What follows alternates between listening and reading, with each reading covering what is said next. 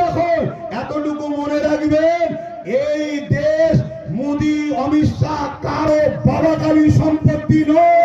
যদি কারো উপরে জুলুম হয়, আমরা পাবলিক যারা দেশকে বিজয় করেছি, আমাদের পূর্বপুরুষদের অবদান আছে, আমরা সংগঠিত ঐক্য হয়ে রাজনীতির বাইরে গিয়ে জনগণ ভারতবাসী এক হয়ে যেভাবে ব্রিটিশদের বিরুদ্ধে লড়াই হয়েছে, আমার লড়াই আমরা করবো।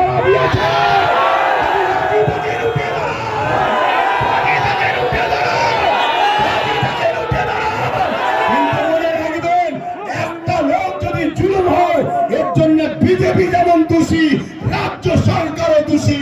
কেন তুমি 90,000 অফিসার দিলে? কেন তুমি 2,221 কোটি টাকা এসআইআর এর জন্য খরচ করছো? এই বিজেপিও দোষী, রাজ্য সরকারও দোষী।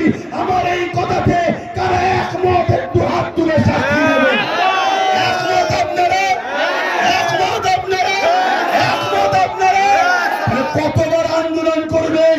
আন্দোলনের পাশাপাশি নিজেদের বাচ্চার ভবিষ্যতের জন্য মজবুত খুঁটি তৈরি করা দরকার আছে না? না, রাস্তা দিয়ে যাচ্ছেন, একটা কথা শুনে যান, রাস্তা দিয়ে যাচ্ছেন, কুকুর ঘেউ ঘেউ করছে, শুনছেন?